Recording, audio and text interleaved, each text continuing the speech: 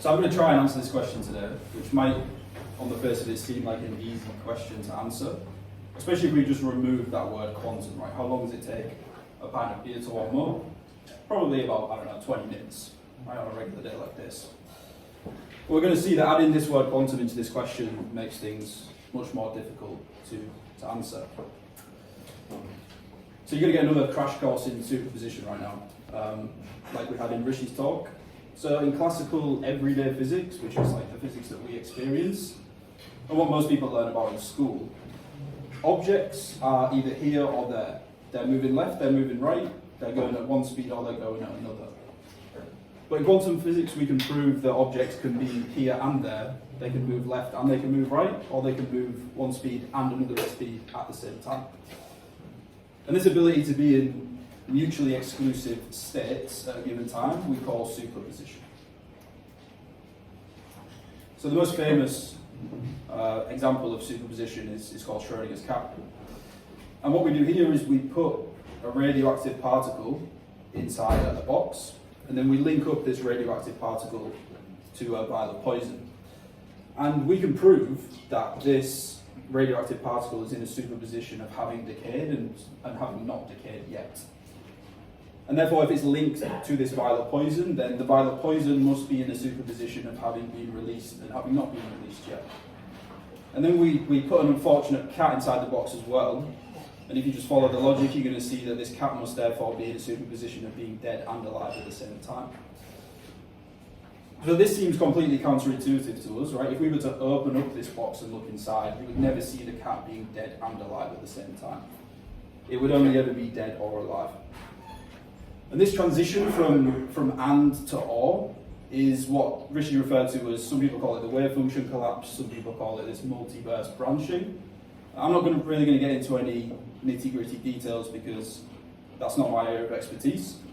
I'm just going to try and convince everybody that it is possible for things to be in superposition states, even if it doesn't really make sense to us as humans. Now, superposition is often only seen in very small particles, like an electron, a photon, a small atom, but it does technically occur in larger things too, like the cat, for example, or, for example, a pint of beer. And the way that you can think, well, why am I not seeing it, is you can kind of just think of all these different superposition effects being averaged out, and then you just end up with an object in one specific place at a specific time, rather than there being a bunch of different probabilities of it being in different places at different times, so on and so on. Okay, so that briefly touches on quantum mechanics, which is the first side of my research area, which is quantum thermodynamics. Now, thermodynamics is the study of energy, but more specifically, it's the study of energy flow between different objects. So I care about how energy flows between different physical systems. And there's different laws of thermodynamics, and the second law is probably the most famous and maybe arguably the most important. And one way of stating the second law of thermodynamics is that heat is going to flow from a hot object to a cold object. And I think intuitively everyone understands that. If you've got, for example, a hot coffee and you're outside on a cold day, you know that energy is going to flow from the coffee to the outside air.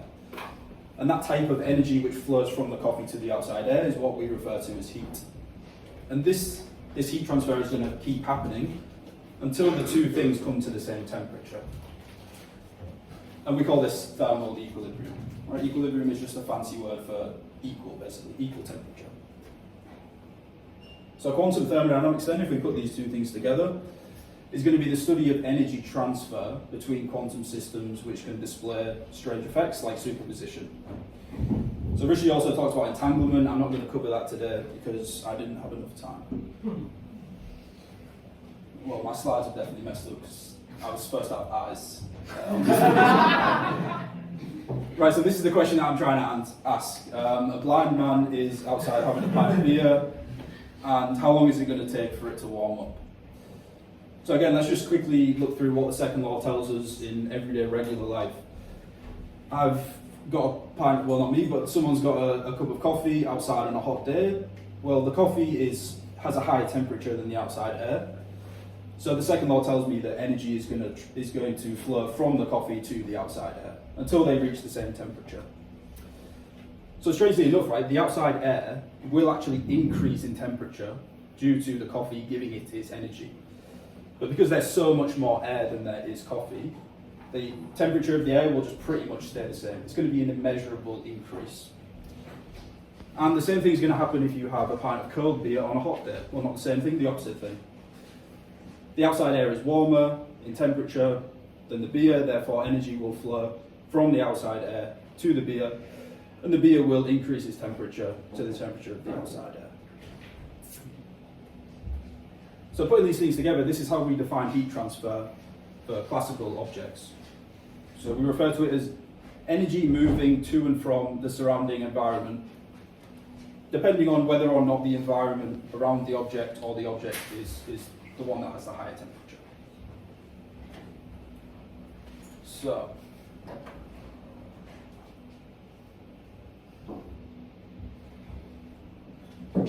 I'm not pausing for effect, I just have a bit of a dry mouth. Okay, so what does this mean? Well, it means that if you were to shrink me down and put me on the side of a glass of a pint of beer, technically what I could do is I could just count how much energy is being transferred from the outside warm air to my cold pint of beer. And this is kind of how heat is being defined and calculated in normal everyday life. So this is a classical definition of heat, and it's well defined and it works well. I think the batteries died. Oh, the batteries died. Change it really quick for you. Yeah, sure. You keep going. Yeah, your voice is great. So there's a classical definition of heat, it's well defined and it works pretty well. Right? How do we know it works well? Well, it works for such large scales in both physical size and energy consumption. This definition of heat has been used for the Industrial Revolution, which has taken us at least into space, not too sure about the moon. And then we've also had the digital revolution, right? So just think of the difference in scale between a rocket ship and a computer chip. And then think about how much the difference in the amount of energy that these two things use. But they use the exact same definition of heat. So very different scales, same definition of heat. So then the question is, it worked for the Industrial Revolution, it worked for the digital revolution, is it going to work for the coming quantum revolution? This is what a quantum computer looks like. This is basically just a bunch of stuff to cool down this chip at the bottom here. But it looks pretty cool, right? So the question is this definition of heat going to work for a quantum system as well? And let's see, nice. So is this definition of heat going to work for a quantum system as well? So let's take our pint of beer, and remember we said that quantum effects usually only occur in really, really small objects, so we're just going to shrink this beer down until it starts displaying quantum effects. And spoiler alert, what we're going to find is that this definition of heat is not going to work for quantum systems in all situations. Right, why does anyone care about this? Well, the second law of thermodynamics is a really important law, and we want it to work for quantum systems as well. And we said that one way of stating the second law is that heat will transfer from a hot object to a cold object. So the first thing we want to know is, well, how can I calculate heat in quantum systems? Right. In order to define the second law, I need to define this word heat. I need to be able to calculate it. And then second, and maybe more importantly, the definition of heat is ambiguous in quantum mechanics. So even trying to define the word is quite difficult. So pattern pending, the second Schrödinger pun of the day. We're going to imagine that I've got a pint of beer, which is a superposition of being Guinness and lager at the same time. I've called it Schrödinger's cask because it flows off the tongue. So what does it mean? It means that the drink acts as if it is a lager and it is a Guinness until you take your first sip. Right, us taking our first sip is the measurement process, right? It's opening the box and seeing the cap being dead or alive. The important thing to notice here is that this is not a mixture of Guinness and lager at the same time. It's two distinct things. And again, it doesn't make any sense to us. There's no reason why quantum physics should make sense to human beings, right? Your brain did not evolve to understand quantum mechanics. Right, we take our first sip, and then we find that it's either lager or Guinness. I don't know, why are these eyes missing? So I take a sip of my Schrödinger's cask. I'm basically measuring this superposition state. And then I find that one of two things happens. I'm either really happy that I've got a pint of Guinness, or yes, let's go. Or I'm very, very sad that I've got a pint of lager. Right, so here I am, I've got a pint of Schrodinger's cask. Let's say, because I made the slides, I get to decide what happens, and I get a pint of Guinness, and I decide to enjoy it outside on a nice warm day. The question then becomes, okay, how long have I got until my pint of Guinness is ruined, until it's been warmed up enough that I no longer want to drink it? So classically, we said that I know how much heat is going to be transferred to my pint of Guinness, right? So imagine now this is a regular pint of Guinness, not a quantum pint of Guinness. Right, and we said that I could shrink myself down, stand on the rim, and basically just count all the energy that's going in and going out. And if I can do that, then I can get a good estimate of how long it's going to take this thing to warm up. So I can drink and, I can wait and then I can take a sip, and I know how long I've got until, I know that I can take a sip maybe 5 minutes later and it's still going to be a nice cold temperature. But for quantum systems, the heat transfer itself can also display superposition, right? So it can be exchanging different amounts of energy with the outside world simultaneously.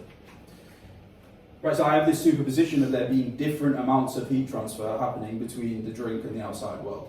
So I'm now in a superposition of this happening, which means that when I take my next sip, I find that one of two things has happened. Either I'm really happy and my drink is still cold, or I've branched into the part of the multiverse at which my drink was exchanging a large amount of heat with the outside world, and now it's a very high temperature and I'm very sad. So the first issue with heat in quantum mechanics is that it's unpredictable, right? You can't predict which of these two things is going to happen with certainty. You can give them probabilities. You can say maybe there's a 90% chance that when I take my next sip it's going to be cold, and there's a 10% chance that it's going to be warm. But on any given run of that experiment, you can't tell me what's going to happen. So it's unpredictable. Right, but that is not the only or the biggest issue. So classically we said that I could shrink down, stand on the border of my drink and the outside world and count the energy going in. And that was how we defined heat transfer. But something really, really strange happens when you instead do this with a quantum pint of beer, which is that the boundary between what you call your drink and what you call the outside world isn't even distinct. So I can't definitely point somewhere and say that is definitely the outside world and this is definitely my drink. The boundary between them is blurry. So if you're trying to answer a question like how much heat transfer is there between the outside world and a drink, you need to be able to define those two things properly. Right, so if we just draw these arrows which represent heat transfer, some of them, like this one, maybe you could say it's definitely going into the drink. This one, it's in this strange, literal grey area where I can't really say if it's outside or if it's in the drink or not. So should I count that or not? I don't know. Right, so an even bigger issue with heat transfer in quantum systems is that it's not even well defined. Right, so for anyone who knows about thermodynamics, there's two types of energy transfer that we care about. One of them is heat, which we've just covered, and then the other one is work, which we'll cover now. So, one way of thinking about work transfer is it's energy required to do something useful. So, for example, we could say that me lifting a drink to my lips is a useful task. How much energy is it going to take me to do that? And classically, if you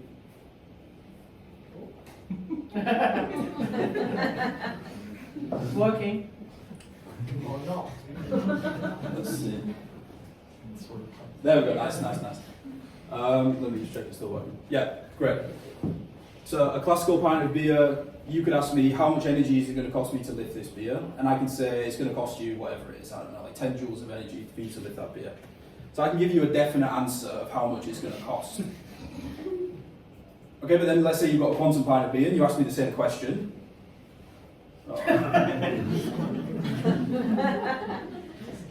Because the graphics are just so good. Great, so how much effort is it going to take me to lift a pint of quantum beer? And again, we have this probabilistic issue, right? Maybe it will take you the same amount that you expected for a classical task, a classical pint of beer. Maybe it will be way more difficult. Maybe it will be really, really easy. Right, so the way to think about this is imagine that you're drinking a pint of quantum beer, and every other sip, or maybe every sip, it takes you a completely different amount of energy. So sometimes it's so easy that you like throw it over your head. Sometimes it's so hard that you can't pick it up. Right, so this is a huge issue because it means that you can't definitely do, well, what is this? If you want to do a definite task, I can't tell you exactly how much energy that's going to cost, even if you do the exact same task multiple times in a row. Right, so let's bring this back to a quantum computer, because obviously the quantum pint of beer is just a silly analogy. So if you want to do something useful on a quantum computer, you need to give it energy to tell it what to do. So you need to put some work in, or do some work transfer into your computer. But this amount of work transfer is probabilistic, right? So again, even if you want to run the exact same algorithm in the exact same conditions, it's going to take you a different amount of energy each time. And then similarly, all the while you're trying to tell your computer what to do, it's interacting with the outside world. And heat transfer is occurring, right? You're trying to keep your computer really small, the outside world is trying to heat it up because it's at a lower temperature. Right, so the second law is trying to get this thing down here to the same temperature as everything else around it. And the one way to think about what heat transfer is actually doing is it's sort of just telling your quantum computer to do a bunch of random stuff. So you're trying to tell it to do a very specific task. It's trying to tell your computer to do a bunch of random stuff. Right, so if you let the heat win, then you're basically just spending billions of pounds to have a useless chip. So for quantum systems, work and heat transfer are both probabilistic. So if you ask me a question, how much energy does it cost me to do a certain task? I can't give you a definite answer. It's probabilistic. How much heat exchange is going to occur with the object and the surroundings? Again, I can't give you a definite answer. It's probabilistic. Now, I can give you information about, like, on average, how much is going to happen. Maybe there's like some really, really rare chance that there's a really large amount of heat transfer in a short amount of time. I can tell you things like that. But on any given run of an experiment, I can't tell you exactly what's going to happen. Right, and to bring it back to this question, let's think about if you were trying to sit here and enjoy a drink, and every time you took a sip, it took you a completely different amount of energy. Right, it'd be quite hard to enjoy what you're doing. And also imagine in between each sip, your drink is exchanging different amounts of energy with the outside world, fluctuating temperature. Again, it's going to be very difficult to enjoy what you do. So unfortunately, I actually don't have an answer to this question. But I have been talking for about 20 minutes now, so I assume with pretty high probability that everyone's drink's warmed up. So I'm going to show up and say thank you.